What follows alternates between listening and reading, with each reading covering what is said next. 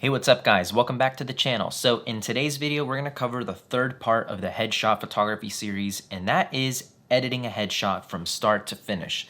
My full process, full breakdown from a photo just straight off camera to the final edited, retouched image that I would give to a client. My whole process is honestly pretty simple, but there's 5 key things that I do for every headshot, and it really makes a big difference. So let's get into the video right now. So my workflow pretty much consists of doing some basic adjustments in Lightroom and then finishing off the photo and doing the majority of it in Photoshop. So let's first start in Lightroom. So once you have your photo imported into Lightroom, we're basically just gonna do a couple of minor adjustments. We don't wanna really manipulate too much in here. A lot could be done in Lightroom if you chose to, but I do a lot of it now in Photoshop. So we're gonna be editing a headshot that I took of myself on that backdrop in the first video. Reason for it is I was gonna do an actual client headshot on here, but then I kind of felt like it might be a little funny if they saw this video and they saw me retouching their skin, blemishes, things like that. Might make them feel kind of uncomfortable. I don't care. And so this way it actually goes fine because it's the photo that I shot in the last video, so it'll make sense so you can see the final result if this was an actual shoot. So first thing I like to do in Lightroom is I'm just gonna adjust the orientation of the photo. So I always like a 5x4 crop. That's kind of like a good one for headshots. And so again, we're gonna kind of angle this up. And I basically like to put the rule of third like right at the eyebrows or right at the eye, just to where there's enough headroom and a little bit just of the chest. So I'm just gonna even out the image, even out the lighting. So I'm gonna bring down my highlights a bit, I'm gonna bring up my shadows a bit, and then I'm gonna bring down the whites a bit, and then bring up the blacks a bit. Kind of just evens out everything, you know, kind of just makes everything less harsh, and then you can compensate by adding in some contrast, which adds a little bit of saturation to the image too, which it's lacking. So I'm also gonna do a little bit of vibrance, just a little bit, because I want the oranges to come out a little bit more in my skin. So before, after, really minor. Next, we're going to always enable our profile corrections. And then we're gonna do not too much in the HSL, but one of the things I'm gonna do is kind of just, again, bring out these oranges a little bit more, just like that. And even though this is a great backdrop, because of the white balance, it kind of turned out a little blue. So I'm gonna reduce it just a tad bit. And I actually forgot to check white balance. Let's go back to that. Let's target something neutral, like my shirt. That's pretty orange, even though that's the correct white balance. I'm gonna go back to where I was a little bit. Yeah, like right there, 5,000. That's pretty good. Got a little bit of vignetting, not too much. Just makes your subject pop a little bit more, and that's pretty much it. I'm not gonna do anything else. So like I said, just basic adjustments. That's before and after. So now we're gonna jump into Facebook. We're gonna jump into Facebook, wow. So before jumping into Photoshop, you could do your skin retouching right here, but like I said, I'm choosing to do it in Photoshop, but just because you have more control over that, and there's a new way that I found that's really awesome, but you can just use the softened skin light brush that's already in there and just brush over parts you don't want, adjust the opacity of it, and you can do it that way. But we're gonna do it in Photoshop. So to jump this photo into there, you can just go to right click, edit in Photoshop, or just hit Command E, and it's gonna open up this file in there. And the cool thing about that is when you hit save and you're done with that one, it's then gonna just bring it back into Lightroom, so everything's in one place. Okay, so now that we're in Photoshop, the first thing I like to do is duplicate this layer, and I'm just gonna name this edit. That way I can kind of see the progress as I'm editing the photo and can kind of go back if I need to go back to a previous edit or something like that. So the first thing I like to do is retouch blemishes or anything that needs to be fixed in the photo, whether that's like hair flyaways, you know, skin blemishes, things like that. If you prefer to do frequency separation, this is where you would do that. That's what I used to do, but in one of the later steps, I'll show you how this new feature in Photoshop has pretty much replaced that and sped up my workflow a lot. So we'll get to that in a second. But I'm gonna keep this really light and simple. I like to use J, which is the spot healing brush tool, and then S, which is the stamp tool. So start by hitting J and then using the bracket keys to adjust the size of it. And I'm just gonna quickly, for the tutorial's sake, go over the spots that I see initially that are kind of like standing out to me. And again, I don't overdo this. I like to keep things pretty natural. So I'm not gonna go over the top editing this. But whatever just kind of catches my eye, I'm gonna just get rid of that blemish. I never retouch like scars or permanent features on someone's face unless they ask me to. I'm only gonna remove like things that are just temporary, like, you know, blemishes, like pimples, zits, things like that, because otherwise I just feel like it's not, you know, representation of them. So I try and keep it very minimal, like that. The last thing I'm going to do is now go to hit S, which is the stamp tool, and I'm just going to go a little bit under the bags under my eyes right there, just really subtly, just like that. Cool. And again, really subtle. I also like to use the stamp tool to get rid of any flyaways. You can kind of see up here, there's a couple, so I'm just gonna go like this, kind of really softly. You have to do it really close to where you select, because you don't want the gradient of the image. You can tell it kind of goes from like light to dark to manipulate or get messed up like that. So keeping the stamp tool really close to the selection is really key. I'm constantly like zooming out and like disabling that layer, going back and forth just to see how it's looking, which it's looking great to me. A couple more of just small adjustments I see. You get the idea though. Yeah, that looks good. So before and after, nice. Moving on to the next step. So the next step that I like to do is dodge and burn. This is something that I feel like a lot of photographers don't really do, and it can honestly make your image a lot more dynamic and just a lot cleaner. And so with dodge and burn, we're gonna brighten up certain areas and darken certain areas to kind of even out the light as much as possible. And you could do it with the actual dodge and burn tool here on the left-hand side, but to have more control over it, I use it with the curves. So we're gonna go over here to the curves adjustment, make a point in the middle, and just raise that up, and then invert it. And then I'm gonna name this dodge. And then whatever we brush on with the brush tool, hit B, is gonna just affect that section. So the key is to use a really low flow. So like I'm at like 5%. You don't want this to be super drastic. And you're gonna see that it makes the adjustments pretty harshly still, but you'll see how we can blend it so much better after that. And I'm just gonna kinda retouch some of these darker sections, like the eyes right here, kind of some spots that maybe the light didn't fully hit. And again, I'm doing this much quicker than I actually would, just because I don't want this tutorial to be super long. Kind of just some of these highlights right here in the hair, like that. So disabling it on and off. Now it looks pretty harsh, I know, but now what we're gonna do is gonna go to image, apply image while we're selected on that layer, and it's gonna merge it to that layer before, and now if we disable it on and off, it's a lot more not harsh. So now we can come back to this and adjust how much we want it of it. So I'm gonna raise it up a little bit. Yeah, that's good.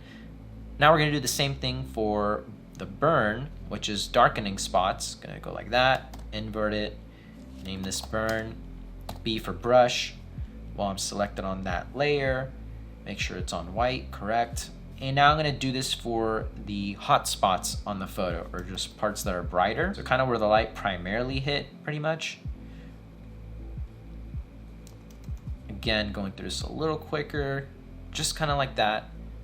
And then I'm also gonna do this along the edges, just because I like the subject to really pop and kind of the vignette kind of draw your eyes to the center of it. So something like that. And again, if we disable it, it's pretty harsh looking. So now we're gonna go to image, apply image, so it's a lot more smoother. And there we go. So I like to put both of these in a folder like that, name it DB, and then disabling it on and off, so that's before and after. So again, just kind of smoothed it out a little bit, and if it was too much, you could adjust the opacity of the overall group if you wanted, but that's good for me. Moving on. So now we're gonna go into what's pretty much replaced my frequency separation process with just a couple clicks. And that's a new update in Photoshop that is pretty handy. If you go to filter at the top, we're gonna go to neural filters. It's gonna bring up this new section where it's already recognized the face, and what we're gonna do is go to skin smoothing, and with one click, look at that. It pretty much already smoothed out our skin while retaining our texture, just like frequency separation. It doesn't affect the eyes. I'll show you how the mask kind of, imports it after so you can see what's actually affected. But I pretty much just keep it like this. You can adjust the blur here. I like to keep it just at the settings it was at. You can make it more smoother if you wanted, less smooth. So let's just keep it like that. But look, toggling before and after. That's pretty good. And again, time efficient. So we're gonna hit OK, and it's gonna make it a new layer. So I'll just name this face.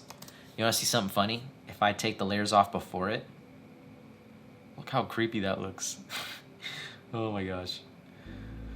Nice. So you can see before and after.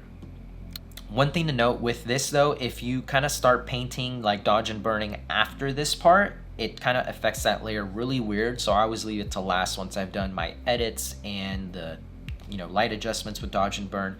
That's the last part for the skin retouching. So if that was too much though, you can adjust the opacity of it like that, making it a little bit less, but let's just keep it at 100. And yeah, that looks pretty good and natural, retouched skin. So that's pretty awesome. Another step you could do before that, if you wanted to manipulate the eyes, is you can basically create another curves layer just affecting the eyes. But for this tutorial, I'm just gonna leave it like that. But yeah, the neural filters are super cool. There's a lot more that you can do in there. They are in the beta version right now, but I can tell that they're gonna add a lot more like AI type editing, which is pretty cool. So now let's take everything off. Let's see what we've done. So this is just out of Lightroom, the first edit with the blemish removal, the face retouching, and now dodge and burn. It's looking pretty good. So now the last thing that I like to do is selective color. And that is where I can basically fine tune all of the color in this, kind of bring the skin tones to where I want them to be. And I'm gonna show you how you can reduce the shine on someone's head. So again, I'm focusing on the skin tones to just look natural and just the best. So that's just what we did for the red layer, and on and off, it already just looks a little bit nicer. So then we'll go to the yellows, and I'll basically go through all of the colors, but in this case, we only have pretty much red, yellows, and the background is interpreted as blue. But honestly, this is how I actually like to do a lot of my fine-tuned color grading for photos. Like I'll still do all my editing in Lightroom, but then I kind of like to bring them into Photoshop for selective color because it's just so accurate. So for this sake, there's no really greens and all that, but there's a lot of blue present from the background, so I'm gonna retouch that a little bit by bringing it down because it is a dark gray backdrop. That's good. Okay, so far on and off, awesome. Okay, so now we're gonna go to the whites, and this is really cool. So we can still see that even though we're using a lot of diffusion, softened up the face, there's still some hot spots right here where the light was hitting us directly. So, and that's totally normal, but this is really cool. Using the white layer, if you go down to the black part, if you bring it down or up, look at that. So it's pretty much gone. Turning it on and off, you can see how it just made that, I don't know, like blend more. And so now you can actually adjust the color of the white hitting the forehead. You have to be careful though, because it's gonna manipulate the whites in your image. So I am wearing a white shirt, so in this case it really would, you can see right here. So I'm not gonna really do that, but it already made a super nice difference by removing that shine. I'm not gonna go all the way, I'm gonna go just a little bit.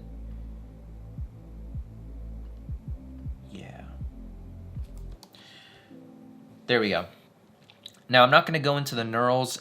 I'm not gonna go into the neutrals or the black because that's kind of more for like creative stylized editing. And so we don't need that for this because it's a headshot. So turning it off and on, that's some pretty accurate color grading. Like skin tones look good. The overall image just looks really nice. And so selective color is a big tip. So that is pretty much it. Like if we turn everything off, this is Lightroom. Wow, that's such a difference. turning it all back on, that is a really nicely retouched headshot. So like I said, guys, you can just take this a lot further. I just wanted to keep this short and simple, basically just highlighting all the tools that I use and the adjustments that it makes and how it can really affect your image. But this would be a perfectly good headshot that I would send to someone if this was someone else. But using these tools can really make big differences, even though they're kind of minor and don't really do a lot of manipulation, which I really like. But that pretty much just covers it. And so the cool thing about this now is if you save this, it's gonna bring it back into Lightroom. So you can see this is the Lightroom adjustment, and now this is the Photoshop adjustment, which is pretty drastic. Wow. Now here in Lightroom, if you wanted to, you can now even make some more little adjustments based on like the edit. If you wanted, you know, just last minute adjustments, which sometimes I still do that. Like that, again, maybe vibrance to bring out those oranges that are nice now. Yeah, pretty good like that. So now we're gonna export this, full size. My new headshot, edit version 1. Bam.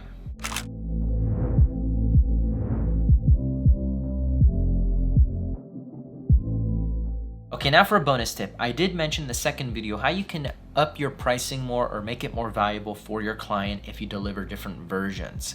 How you do that is delivering the backdrop version, which you just saw. You can also create a transparent version and send that as well. So let me show you how you can easily do that.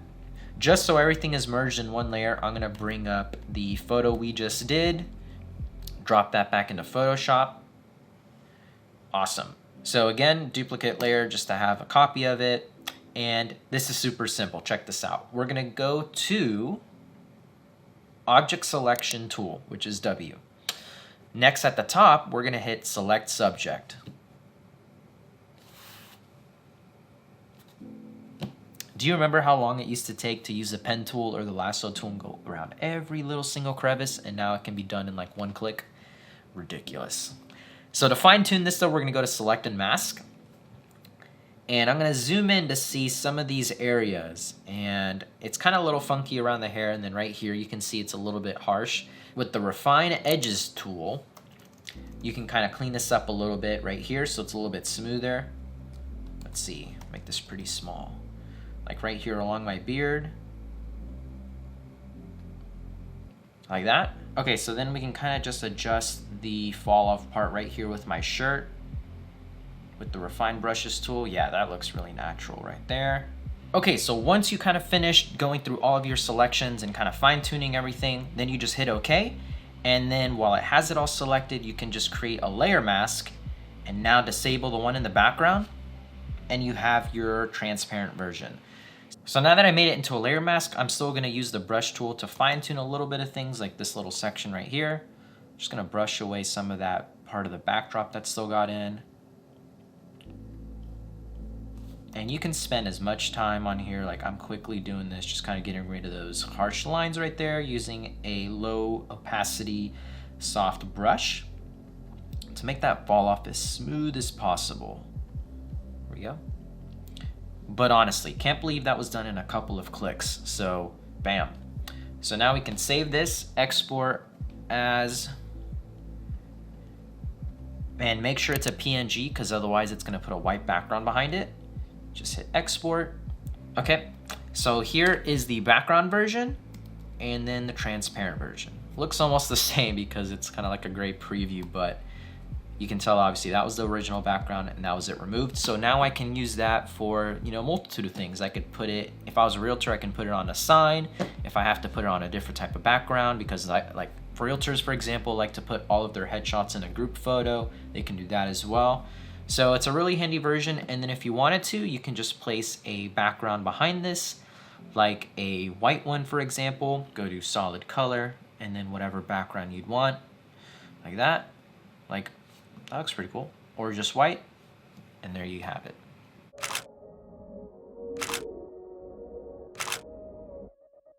Okay guys, that is pretty much it. That's how I would edit and retouch a headshot from start to finish. I hope you guys learned something. Like I said, doing this for a couple of years, I've always fine-tuned my process to try and make it as efficient and as fast as possible. You know, that's always the trade-off. How can we produce something super nice, but then also as time efficient as possible, because we got to do other projects, other gigs. And this process has honestly been kind of like the best method for retouching my headshots in those 5 different stages. And so it's worked out pretty well, and I use a lot of these tools and a lot of these editing techniques for just regular portrait retouching in general, which works out great. So that's pretty much it for this video, guys. Leave a like if you enjoyed, comment down your thoughts, subscribe if you haven't already. I would love for you guys to be part of the channel, and I'll see you guys in the next video. See ya. Also, if you have any other suggestions on what other types of photography or videography videos or series you'd like me to create, I really enjoyed doing this little 3 video series. Let me know in the comments, because would love to do them.